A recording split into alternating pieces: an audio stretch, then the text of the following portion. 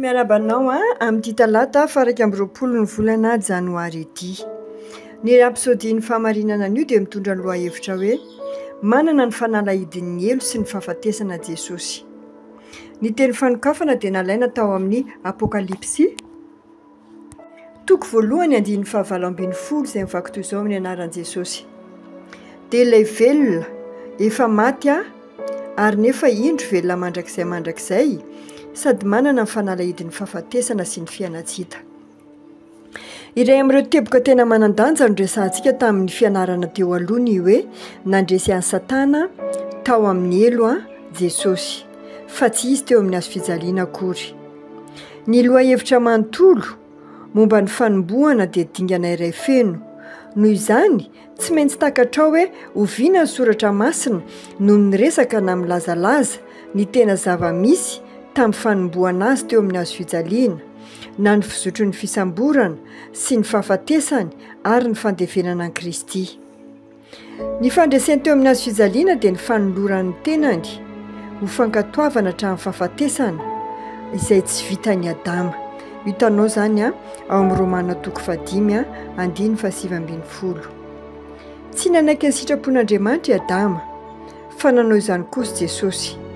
Izany no mahatonga ny Baiboly milaza hoe koa izany na nandratan'Andriamanitra azy indrindra sy ny nanomezany azy anarana izay ambony ny anarana rehetra. Filipiana toko 2 andiny 7 izany ten'Andriamanitra izany. Satria nankatohatra ny fahafatesana izy dia ny fahafatesana teo amin'ny hazo fijaliana. Saingy araka ny voalaza teo aloha dia tsy teo no nandreseny an'i Satana. Raha nandresy an'i Satana teo amin'ny hazo fijaliana izy dia tsy nilaina nitondra azy ho babo any amin'ny elo.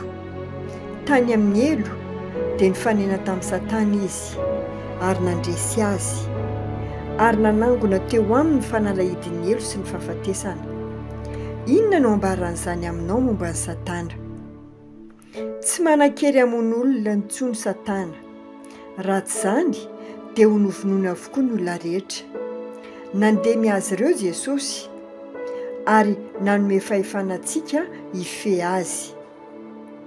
Nanan-kivy an'ilay nanana ny fahefan'ny fahafatesana izy, izany hoe ny devoly.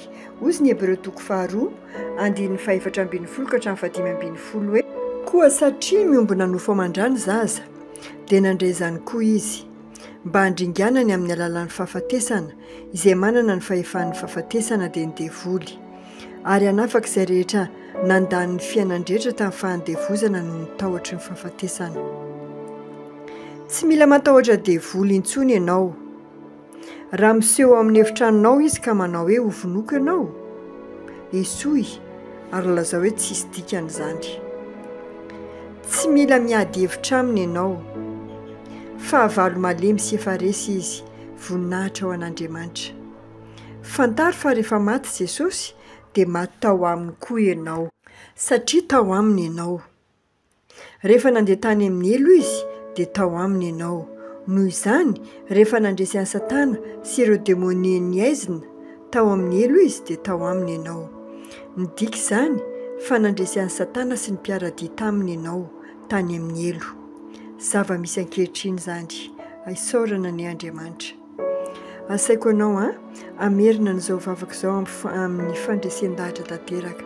Ray malalo, misaotra anao noho ny fandresena azoko tao amin'i Kristy Jesosy izay nandreseko ny fahafatesana sy ny fiainatsita ary ny fasana. Miaina-pandresena amin'ireo singa eto amin'izao tontolo izao noho ny fahefana sy ny fanapahana nomen'i Kristy ambony ny herin'ny maizina.